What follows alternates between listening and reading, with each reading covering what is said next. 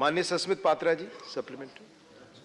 Sir, my question to the Honourable Minister is, though the matter is about Gaganyaan and the matter has already been provided by you, just wanted to understand regarding the other space projects that are being undertaken, regarding Chandrayaan and others, if you could provide us a brief background about what is the development so far and by when they'll be commissioned. Thank you.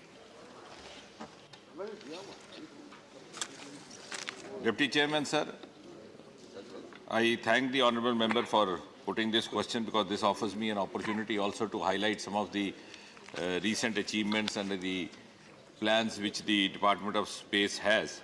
But as of Gaganyaan also, I would like to point out that in the next year we are going to have 2 unmanned missions before finally the Gaganyaan, because that is also in the planning, because that is usually the SOP which is followed. So because of COVID, for obvious reasons, it got delayed. So in the beginning of next year, possibly, we'll have the first unmanned mission, and the second one towards the end of 2022. The hallmark of it would be that it would be accompanied with a robo. So it's being named as Vayomitra.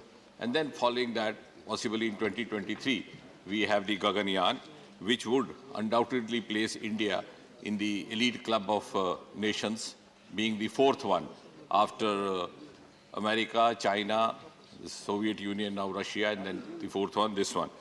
And I think this will also be different from the other missions, other human missions which have been undertaken by the other nations and countries, in the sense that this is going to be more cost-effective, more inclusive. And what is important for the point of view of India is that it's going to place India as a frontline nation, and it will also improve India's capabilities as far as its robotic missions are concerned.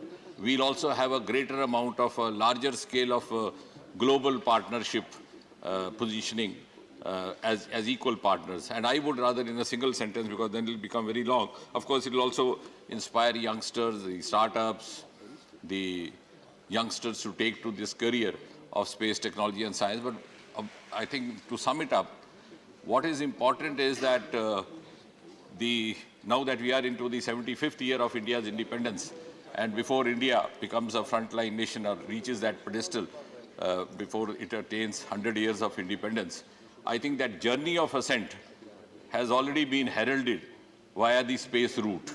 So space has already placed India as a frontline nation of the world.